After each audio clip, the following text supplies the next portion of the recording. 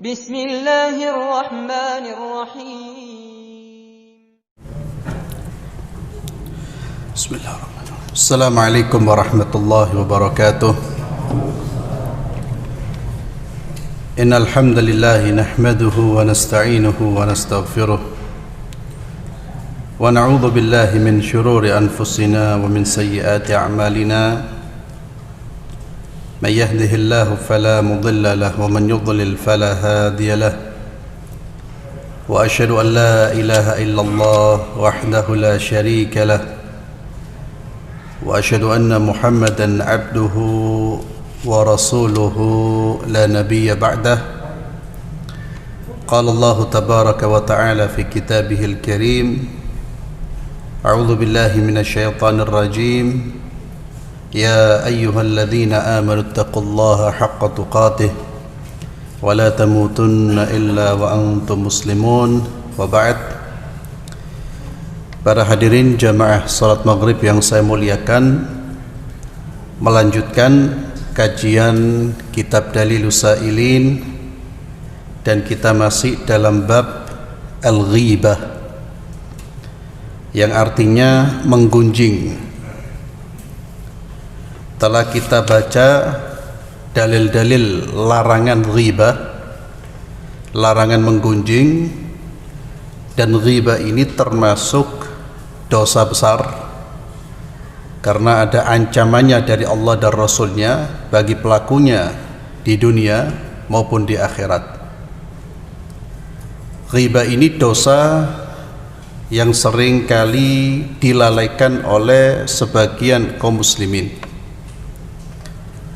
Bahkan terkadang dilakukan oleh orang-orang yang terlihat saleh secara ritual atau ibadah, rajin sholat 5 waktu, puasa sunnah, tapi kadang-kadang kelemahan mereka itu pada dosa ini, menggunjing. Nanti akan kita baca perkataan sebagian ulama bagaimana ghibah ini juga ternyata menjadi makanannya para qurra. Qurra ini penghafal Quran. Jadi mereka sudah melihat qurra di zaman masa lalu, sebagian, ya tidak semua, penghafal Quran itu juga jatuh dalam dosa ini. Jadi dosa yang dilakukan oleh semua kalangan, baik yang memang sudah tidak baik, kelihatannya sudah tidak baik, atau orang-orang yang terlihat baik, seringkali jatuh pada dosa ghibah ini, menggunjing. Apa itu menggunjing?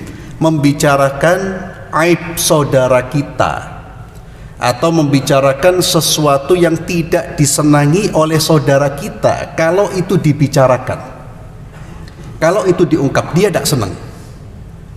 Dan pembicaraan ini tidak di depan orang yang bersangkutan.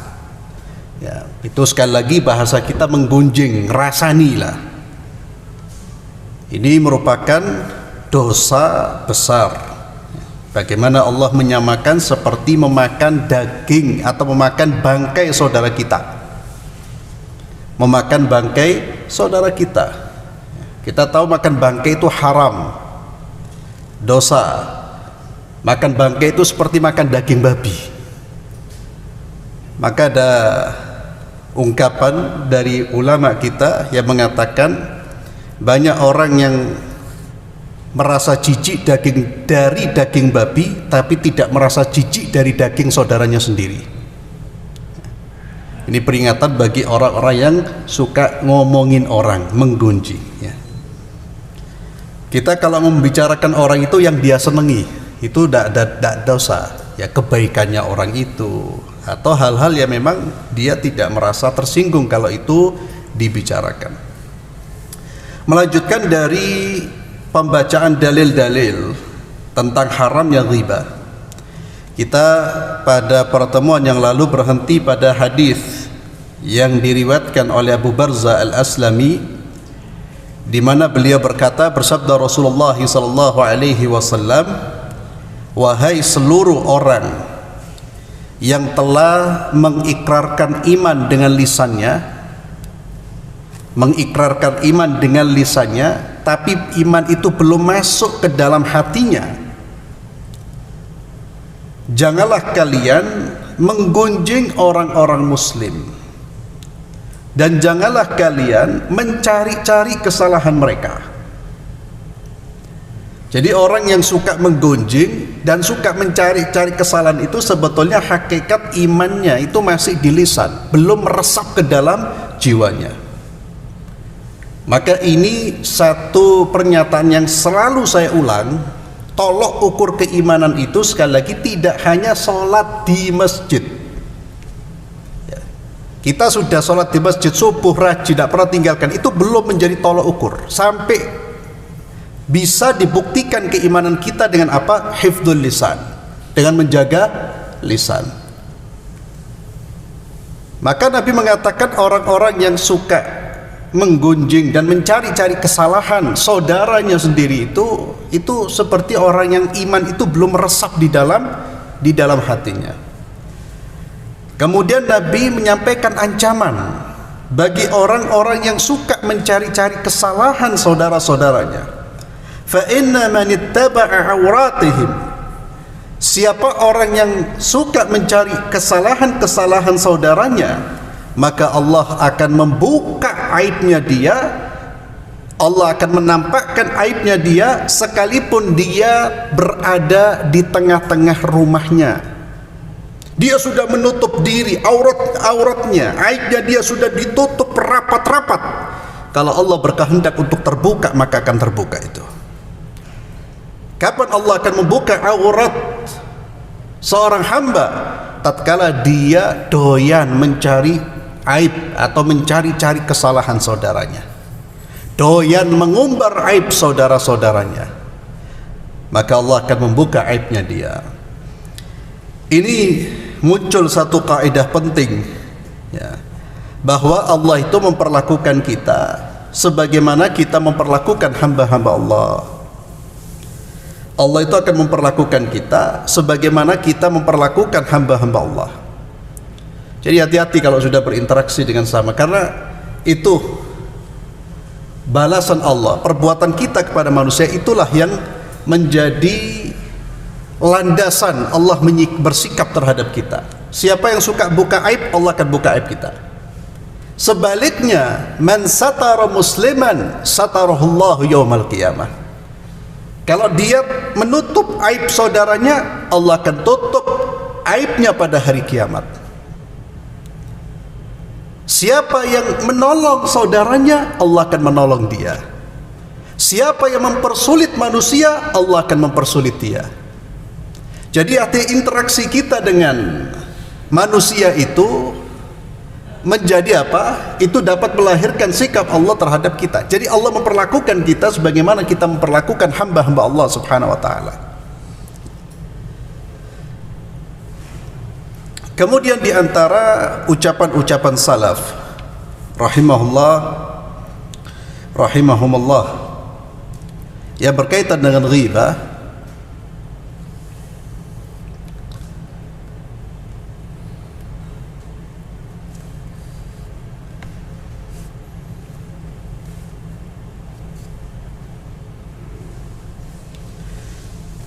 Ibrahim bin Adham rahimahullah, beliau pernah menjamu kawan-kawannya. Adhafa Ibrahim bin Adham rahimahullah unasan falamma qa'adu 'ala at-ta'am ja'alu yatanawaluna rajulan. Si tamu-tamu ini ketika datang ke Ibrahim bin Adham, yang mana mereka diundang untuk menikmati hidangan, mereka datang, ja'alu yatanawaluna rajulan. Ketika mereka kumpul, mulailah mereka membicarakan seseorang, ya. Ini hampir sama dengan sebagian kita, kalau sudah kumpul membicarakan fulan, ya. Yatanawaluna rajulan. Maka qala Ibrahim rahimahullah, Ibrahim bin Adham berkata, innal ladzina kanu qablana kanu ya'kuluna al-khubza qabla al-lahmi wa antum bada'tum bil lahmi qabla al khubzi. Ini disindir. Kata Ibrahim bin Adham, dulu orang-orang saleh itu sebelum kami, kalau mereka makan, dulu mereka makan roti dulu sebelum makan daging. Sedangkan kalian makan daging dulu sebelum kalian makan roti. Yang dimaksud makan daging, daging apa? Daging saudaranya sendiri. Dan ini sikap yang harus kita ambil ketika kita melihat saudara-saudara kita menggonjeng saudaranya. Jangan diam, apalagi menimpali, apalagi mendukung. Dan ada fadilah yang besar bagi orang-orang yang mencegah orang lain dari perbuatan ghibah. Itu fadilahnya besar. Nabi SAW dalam hadis riwayat Tirmidzi, man radda an irdi akhihi raddallahu an wajhi nar yaumal qiyamah. Siapa yang menolak atau membela kehormatan saudaranya, maka Allah akan menjauhkan wajahnya dari api neraka. Raddan irdi akhihi itu bisa jadi ada orang yang merusak kehormatan lalu kita cegah. Antum jangan membicarakan aib saudara antum, jangan membicarakan aib orang lain. Itu fadilahnya besar. Dan ini yang dilakukan oleh Ibrahim bin Adham. Maka Imam An-Nawawi rahimahullahu ta'ala di dalam kitab Riyadhus Shalihin, beliau mengingatkan bab tahrim sima'il ghiba, bab diharamkannya mendengarkan orang menggunjing. Itu haram. Wa amr man sami'a ghiba muharrama biraddiha wal inkar ala qailiha. Dan syariat memerintahkan bagi orang yang mendengar orang lain menggunjing, maka pendengar ini dia punya kewajiban untuk menolak atau untuk mencegah dan mengingkari orang yang berbuat menggunjing tersebut.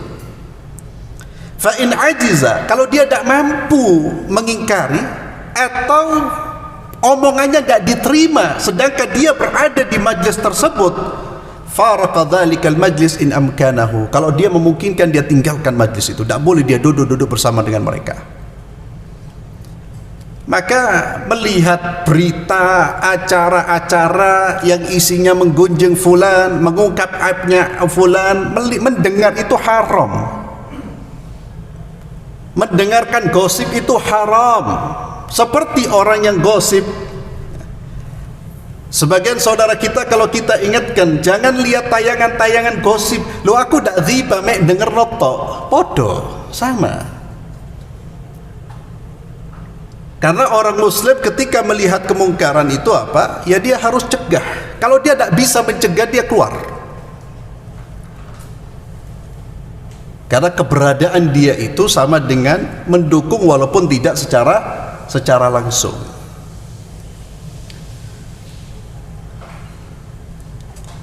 Kemudian Al-Imam An-Nawawi rahimahullah ta'ala membawakan dalil-dalil tentang hal tersebut. Jadi mendengarkan itu tidak boleh seperti yang dilakukan oleh Ibrahim bin Adham, dicegah langsung, jangan sudah ya. Kemudian qala ba'dul hukama, sebagian orang-orang bijak mengatakan, al-ghibatu faqihatul qurra. Ghibah ini ternyata juga banyak dilakukan oleh para penghafal Quran. Penghafal Quran, mereka menjauhi dosa-dosa yang lain, tidak main riba, tidak makan babi, wala minum khamr, tapi doyan dagingnya wong. Ini gambaran masyarakat ya, tapi kata-kata qurra di sini bukan semuanya. Artinya apa? Sebagian. Artinya apa? Orang-orang soleh pun jatuh dalam dosa ini. Orang-orang yang ngerti Quran pun jatuh dalam dosa ini. Itu begitu halusnya dosa ghibah. Dan memang subhanallah, kita orang berapa sering ngomongin orang, tidak kroso kadang-kadang. Kadang-kadang tiba-tiba muncul ngomong fulan. Wa dhiyafatul fusaq. Dan ini penjamuannya orang-orang fasik. Orang fasik paling senang ghibah. Orang fasik paling cinta, paling senang ghibah. Jelas kalau tidak ghibah, tidak enak dia. Itu ada kefasikan. wa marati'in nisa, dan juga tempat ngobrolnya, tempat duduknya kaum wanita. Sehingga dulu orang-orang ulama kita mengatakan orang yang ghibah itu hanya orang-orang yang punya jiwa perempuan, bukan laki itu. Yang ngomong di belakang, bicara di belakang, aibnya orang diumbar, itu adalah orang-orang yang punya jiwa perempuan. Dan memang paling doyan, paling besar, yang paling besar minatnya untuk ghibah itu siapa? Wanita. Wa marati'un nisa wa idam kilabun nas, dan ghibah itu idam, lauknya anjing-anjingnya manusia. Kenapa disebut anjingnya manusia? Yang doyan bangke itu siapa? Anjing, binatang. Kalau kita orang doyan bangkainya saudara kita, ya sama seperti binatang. Jadi memang buruk ghibah ini, ikhwani fillah. Wa mazabilil atqiya, dan sampahnya orang-orang yang bertakwa. Orang bertakwa menganggap ghibah itu sampah, menjijikkan. Orang yang betul-betul bertakwa itu cirinya apa? Jijik dengar ghibah atau membicarakan orang lain, itu jijik buat dia, sampah, seperti barang sampah itu. Maka orang bertakwa itu tidak disibukkan dengan perkataan fulan, dengerin fulan, ceramah tentang fulan, dan la. Orang bertakwa itu sibuk untuk mendidik, membina, membersihkan jiwa manusia, membersihkan dirinya. Jadi mazabil atqiya, sampahnya orang-orang yang bertakwa. Kemudian ada orang yang bijak, pernah ditanya, mata yudhammus shadiq,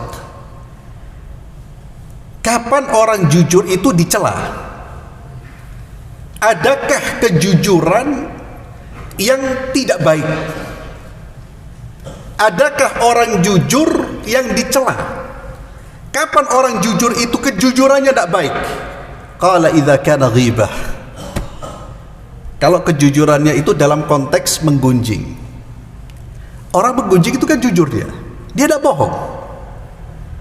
Menggunjing atau ghibah itu kan kita membicarakan aib yang memang ada pada saudara kita. Kita tidak bohong. Kalau kita bohong, fitnah namanya. Itu adalah buhtan, kedustaan. Maka kejujuran yang mendatangkan dosa itu dalam konteks ghibah, kita ngomongin aib yang memang ada dalam diri saudara kita.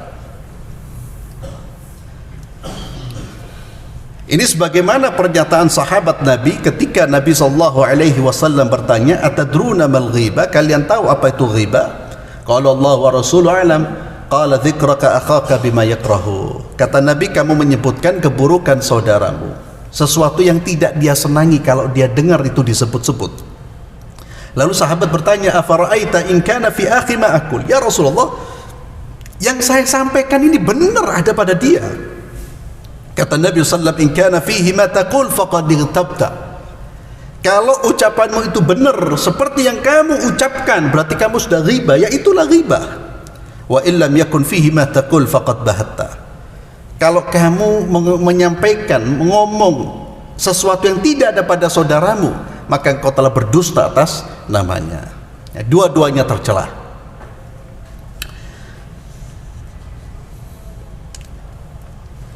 Kemudian ada seorang yang datang kepada Imam Ibn Sirin rahimahullah, inni ightabtuka faj'alni fi hillin. Ya Imam, saya sudah pernah menggunjing Anda, halalkan gunjingan saya ini. Ghibah saya ini tolong dihalalkan. Kata Imam Ibn Sirin rahimahullah, la uhibbu an uhilla ma harramallah, saya tidak akan menghalalkan apa yang diharamkan oleh Allah subhanahu wa ta'ala. Jadi ghibah itu tidak bisa jadi halal. Ghibah ya ghibah, ghibah itu tetap haram, tetap dosa. Dia tidak bisa berubah statusnya menjadi halal, kecuali nanti akan kita bahas.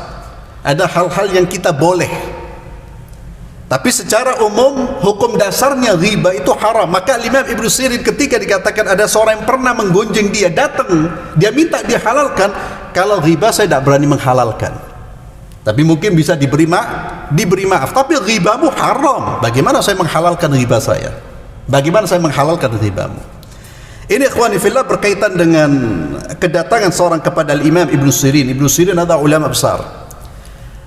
Para ulama berbeda pendapat mengenai taubatnya orang yang sudah kadung, sudah pernah menggunjing saudaranya. Taubat menggunjing. Para ulama berbeda pendapat. Ada dua pendapat secara umum. Pendapat yang pertama mengatakan taubatnya dia wajib meminta maaf kepada orang yang dia gunjing. Wajib hukumnya. Diterima tidak diterima, dia wajib meminta maaf. Ini pendapat yang pertama. Pendapat yang kedua, mereka berpendapat kalau dia menggunjing dan orang yang digunjing tidak mendengar dan tidak pernah tahu, maka taubatnya cukup dia memuji orang-orang yang dia gunjing di tempat dia menggunjing dan kepada orang-orang yang dia gunjing temannya itu. Dia tidak perlu datang meminta maaf. Kenapa? Karena si fulan tidak merasa terzalimi. Justru kalau kita datang menyampaikan, bisa jadi itu menambah kebencian atau menimbulkan kebencian yang awalnya nggak ada. Karena gunjing itu kan orangnya nggak tahu. Beda dengan kita ngambil hartanya dia, itu jelas ada sesuatu yang berkurang. Ini pendapat yang kedua. Dan pendapat yang kedua ini sangat kuat. Jadi kalau seseorang dia memahami kalau saya datang, ini yang bersangkutan tahu, yang awalnya dia tidak tahu. Yang kedua, yang bersangkutan bisa jadi marah. Maka pendapat yang kedua mengatakan dia tidak perlu meminta maaf kepada yang bersangkutan, tapi dia punya kewajiban apa? Istilah kita itu memperbaiki nama baiknya. Jadi kalau kita pernah menggunjing di majelis ini, di hadapan orang-orang ini, ya cara kita taubat, kita memperbaiki nama baik orang yang kita gunjing. Satu, dan kita memohonkan ampunan buat dia. Kita memohonkan ampunan buat dia. Itu kalau yang digunjing belum tidak tahu sama sekali. Tapi kalau dia sudah dengar kita menggunjing, ya kita wajib untuk datang, meminta maaf. Dan berat, ikhwani fillah, memang dosa dengan manusia itu berat sekali. Itulah yang menjadikan ulama-ulama kita itu sangat hati-hati kalau sudah ngomongin orang itu. Ya Allah. Ya, saya kalau baca bagaimana Al-Imam Al-Bukhari mengkritik para perawi-perawi hadis. Ya, salah satu kondisi seseorang boleh membicarakan aib itu, yaitu kondisi di mana seorang ulama al-hadis mengkritik perawi hadis. Ini wajib. Karena apa? Kalau tidak dikritik perawi-perawi ini, perawi-perawi yang tercela ini, mereka bisa atau akan masuk banyak hadis yang tidak sahih. Manusia banyak tertipu dengan hadis-hadis yang tersebar. Jadi itu dalam rangka menjaga syariat dan hukumnya wajib. Itu pun Imam Bukhari hampir tidak pernah mengatakan pendusta. Dia hanya mengatakan orang ini didiamkan, orang ini diabaikan. Jadi hati-hati, dan setiap kali ngomong itu derotok dia, Pak. Itu dalam kondisi wajib dia menyampaikan. Itu masih gemeter. Kita orang ngomongin orang kok zikir, lo yakin kok zikir, ya. Dan bahkan sudah seperti garam fit ta'am, garam di makanan. Kalau tidak ngomongin orang itu pahit mulut kita, dah sedep. Sehingga ndak imah telepon orang, ketemu sohib gasak wong. Ya. Kalau ndak gasak gelisah dia, na'udzubillah. Kalau dulu orang takut, itu bahkan dalam kondisi seperti itu, ya memang orang semakin takwa, itu semakin hati-hati kalau bicara, termasuk membicarakan saudara-saudaranya. Kemudian ikhwani fillah azallahu wa iyyakum, Al-Imam Hasan Al-Basri rahimahullah pernah diberitahu bahwa ada seseorang yang pernah menggunjingnya, ya. Dan ini sebetulnya perbuatan yang tidak diperbolehkan. Jadi kita tahu si A menggunjing si B, kita tidak perlu lapor kepada si B. Tugas kita apa? Menasehati si A, bukan wadul. Wadul itu yang pertama kita ghibah kepada si A. Yang kedua dapat menimbulkan apa? Adu domba. Tapi mohon maaf, yang sering terjadi gitu, kita tidak memberi nasihat kepada yang berbuat mungkar, tapi membuka kemungkarannya di hadapan orang lain. Ini ada orang datang kepada Imam Hasan al-Basri menyampaikan, inna fulanan qad igtabaka, sesungguhnya fulan itu ada orang yang menggunjing inti. Al-Imam Hasan al-Basri rahimahullah kemudian tahu memang dia menggunjing, maka Imam Hasan al-Basri datang dengan membawa hadiah, ya, satu nampan yang berisi rutab, kurma yang terbaik. Dia datang kepada orang yang menggunjing dia, kata Imam Hasan al-Basri, balagani annaka ahdaita ilayya hasanatik. Ya, ini sekaligus sindiran dan nasihat. Dia datang kemudian, saya sampai berita kepadaku bahwa kamu sudah menghadiahkan kebaikan-kebaikanmu kepada diriku. Fa aradtu an ukafi'aka alaihi. Dan saya datang untuk membayar, untuk memberi balasan kepada dirimu. Ini loh, saya mohon maaf, balasan saya, kata Imam Hasan al-Basri, itu tidak sepadan dengan pahala yang diberikan Allah kepada saya. Karena pahala dengan urusan dunia ini jauh. Ini yang saya katakan sindiran sekaligus nasihat. Artinya orang yang menggunjing itu dia sudah menghadiahkan pahalanya kepada orang yang digunjing. Maka kita orang ini insya Allah korban menggunjing banyak, insya Allah. Semua pernah menjadi korban, pernah juga menjadi pelaku. Kalau ada di antara kita tidak pernah menggunjing, Allah Akbar, kita perlu cium tangannya itu. Ulama besar itu, ulama aja jatuh pada ghibah. Itulah pentingnya kita memperbanyak istighfar, ya, dan harus berhenti. Kalau menjadi pelaku, na'udzubillah, kalau menjadi korban, berbahagialah, karena dia terus mendapatkan apa? Mendapatkan fadilah, mendapatkan pahala. Dan orang-orang inilah yang disebut oleh Nabi kita Muhammad SAW, pelaku-pelaku penggunjing inilah yang disebut oleh Nabi SAW, orang-orang yang akan iflas, yang akan mengalami kebangkrutan. Kalau dia orang soleh ritual, ibadah, bisa bangkrut dia di hari kiamat. Karena apa? Pahala-pahalanya dia bagi-bagi kepada orang-orang yang dia zalimi.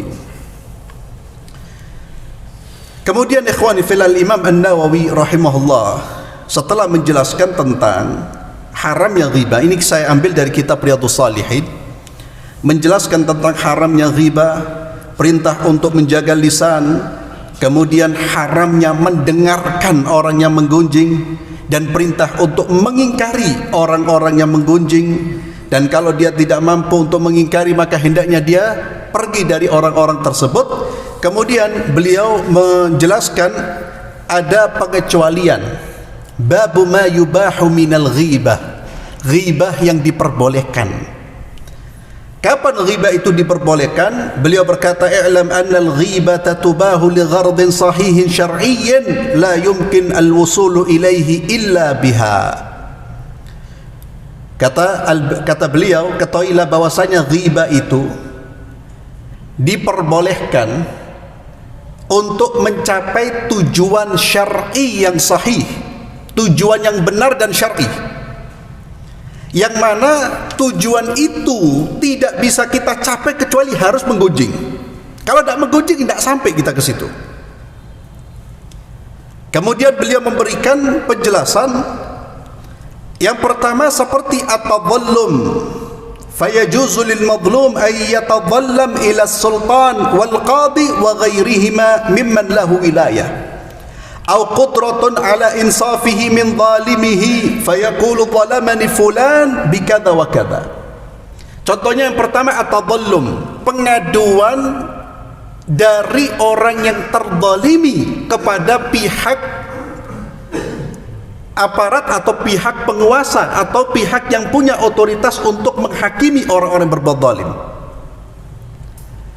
Orang korban kezaliman tidak mungkin, atau perbuatan zalim atau kezaliman seseorang tidak mungkin bisa dieksekusi, dicegah atau dihukum orang pelaku kriminal ini kecuali kita sampaikan. Maka dalam konteks ini boleh orang atau korban kezaliman itu menyampaikan kejahatan orang-orang yang berbuat zalim. Secara bahasa ghibah, dia jatuh pada ghibah karena menceritakan aibnya. Tapi menceritakan aibnya di sini dalam konteks apa? Dalam konteks dia menghilangkan kezaliman dari orang-orang berbuat zalim. Dia lapor kepada hakim, dia lapor kepada polisi, dia lapor kepada aparat, ya. Tentu yang adil juga. Kalau aparatnya, polisinya, hakimnya zalim, ya sudah, nasibnya dia sudah. Dia lapor kepada orang yang punya otoritas, dia lapor kepada penguasa. Laporannya dia itu kan membuka aib, tapi dalam konteks ini diperbolehkan karena kezaliman tidak akan bisa dihindarkan karena dia tidak mampu memberi hukuman. Contohnya pelaku kriminal, ya, kita tahu ada orang korupsi, disampaikan, jangan sampai ojo iki aib wong, ya, jangan loh.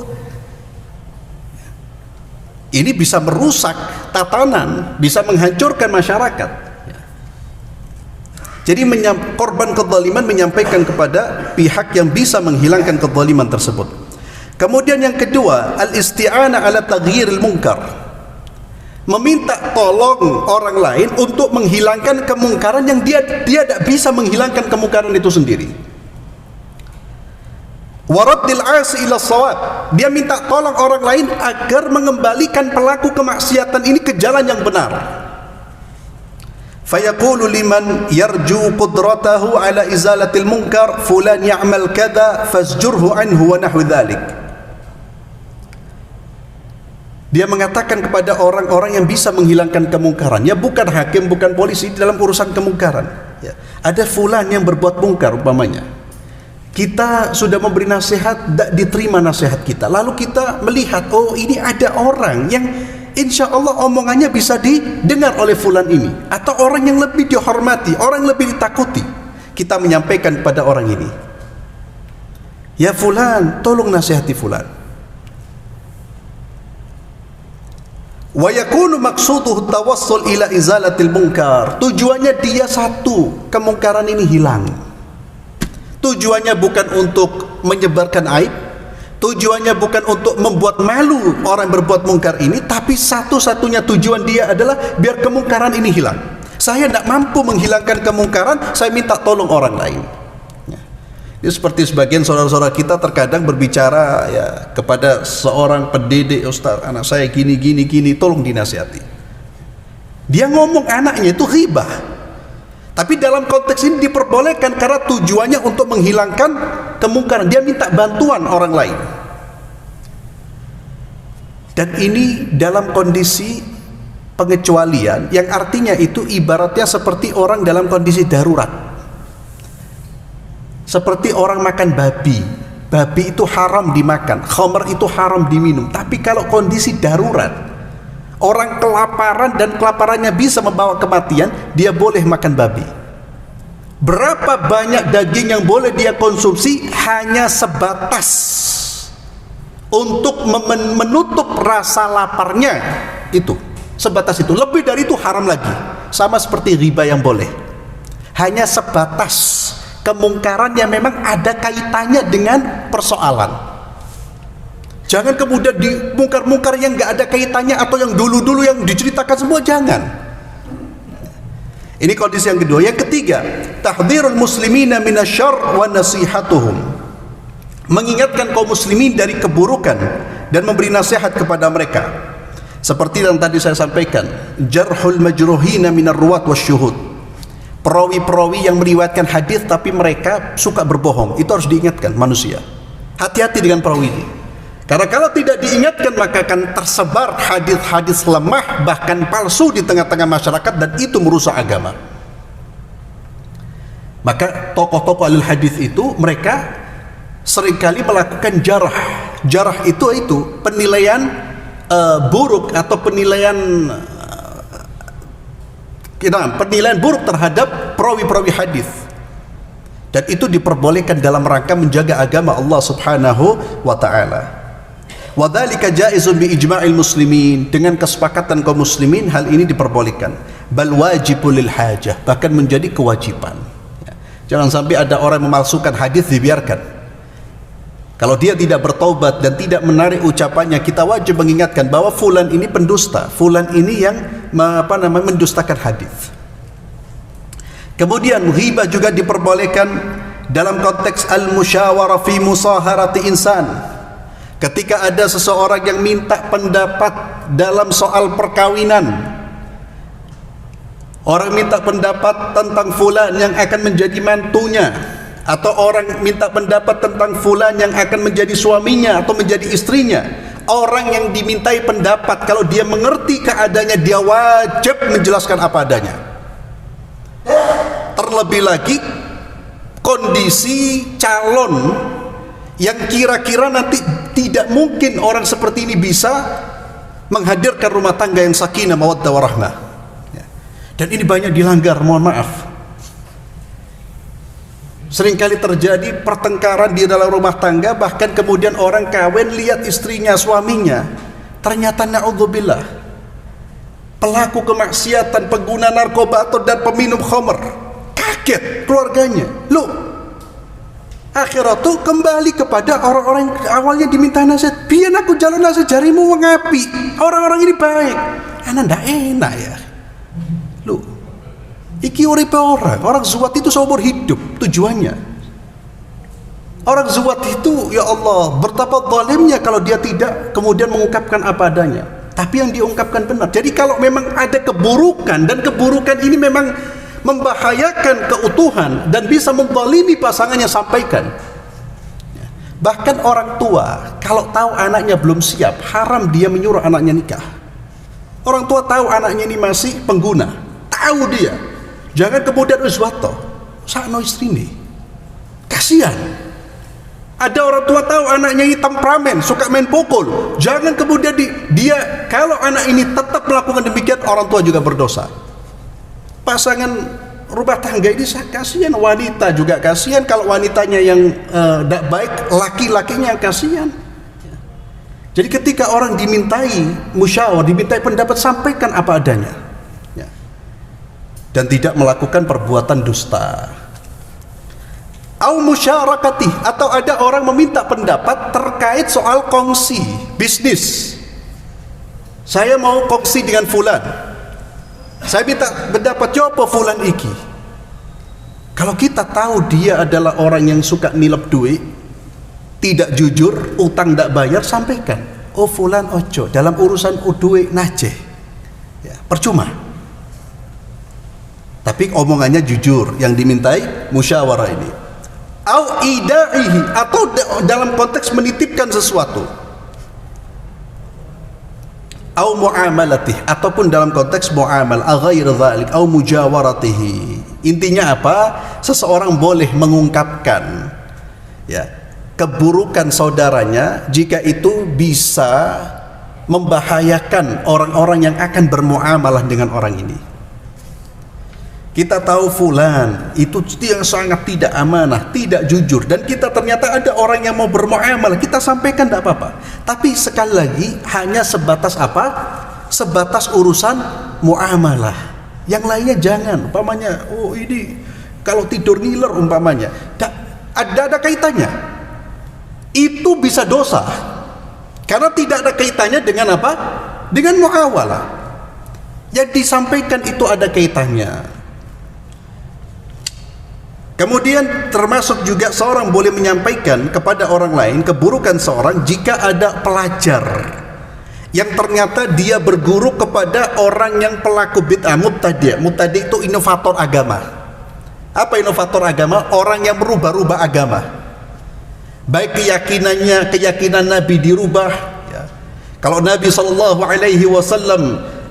mengajarkan kepada kita untuk menghormati sahabat Rasulullah SAW, lalu ada muncul kelompok bid'ah yang mengatakan wajib mencaci maki sahabat Nabi, kita harus ingatkan, kamu jangan belajar sama orang itu,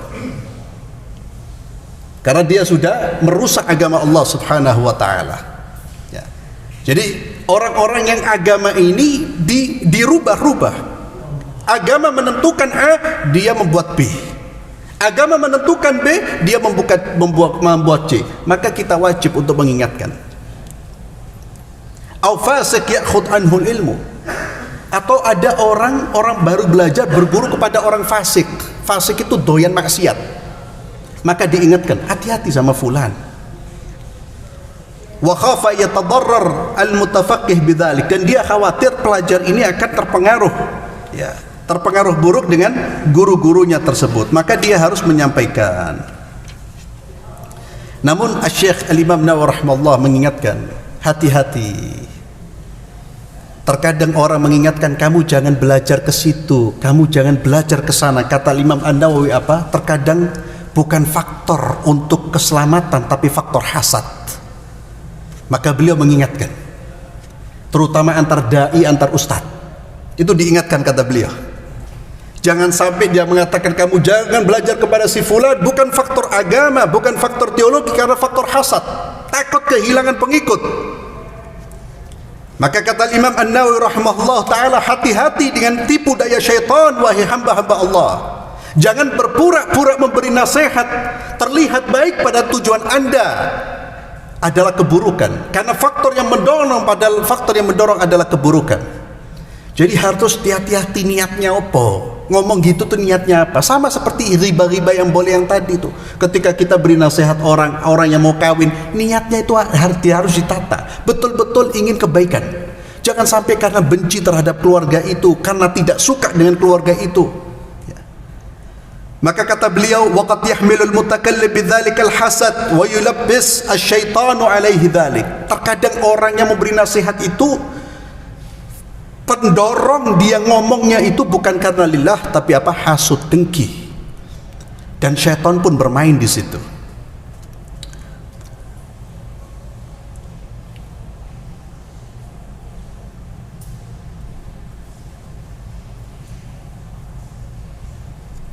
Kemudian yang boleh seseorang boleh menggunjing adalah ayyakuna mujahiran bi fisqihi aw bid'atihi kal mujahir bi syurbil khamr wa musadaratin nas wa akhdil maks wa jibayatil amwali dhulman.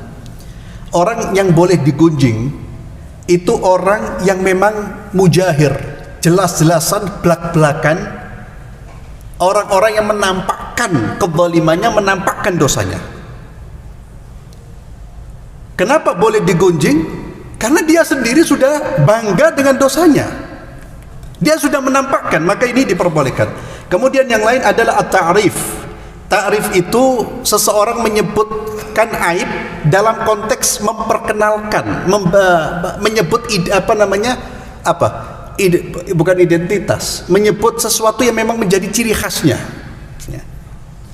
Fa idza kana al-insan ma'rufan bil laqab, kalau seseorang itu sudah dikenal dengan lakop, sekalipun lakop itu buruk, tapi itu sudah umum dan dia sudah tahu, maka boleh kita menyebutkan. Umpamanya kita nyebut fulan yang pendek itu. Kata-kata fulan pendek itu umum di masyarakat, dan bagi dia itu sudah umum, bagi orang yang bersangkutan tidak ada masalah, maka ini diperbolehkan. Rejal sing botak itu umpamanya, dan dia tidak ada masalah, dan itu umum, maka ini juga diperbolehkan. Itu adalah ghibah yang diperbolehkan. Intinya apa?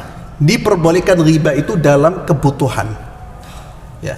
Kebutuhan seseorang harus ghibah karena ada tujuan yang lebih besar dibanding itu, maka diperbolehkan.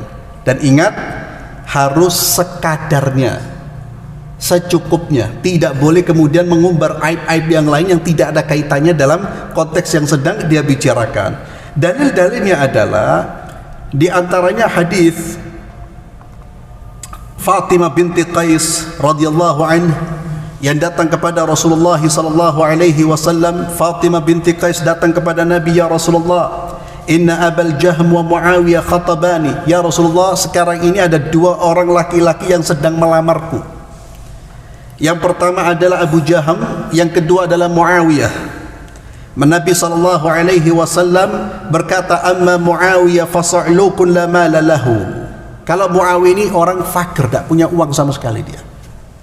Wa amma Abul Jaham, adapun Abul Jaham fala yadha'ul 'asa an atiqihi. Kalau Abu Jaham ini dia tidak pernah meletakkan tongkat dari pundaknya. Artinya apa? Di dalam riwayat yang lain, wa amma Abul Jaham fadarrabul linisa, dia suka mukul wanita. Disampaikan oleh Nabi, karena memang harus disampaikan. Kalau tahu ini orang pemukul wanita, perbuat zalim, kemudian kita biarkan, maka kasihan si wanita.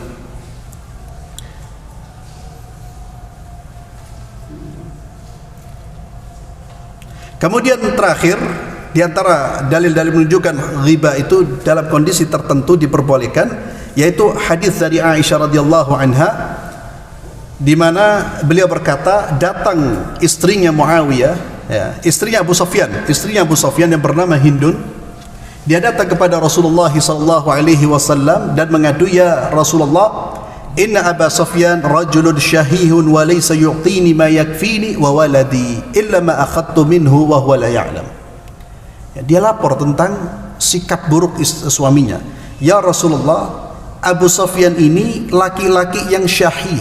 Syahih itu mediti nemen, bakhil, ya. Bakhilnya dia itu sampai pada taraf apa? Sampai pada taraf tidak memberi nafkah wajib kepada istrinya. Walaysa yu'tini ma yakfini, dia tidak memberi aku yang bisa mencukupi aku dan anakku. Saya tidak bisa tercukupi ya Rasulullah dari pemberiannya ya Rasulullah. Dia tidak memberi karena dia syahih, medit nemen. Kecuali kalau saya mengambil uangnya hanya untuk menutupi kebutuhanku dan anakku. Bagaimana kalau saya ambil ya Rasulullah, sedangkan dia tidak tahu?" Kata Nabi sallallahu alaihi wasallam, "Khudhi ma yakfiki wa waladaki bil ma'ruf." Hadis muttafaqun alaih. Ambilan, tapi untuk apa?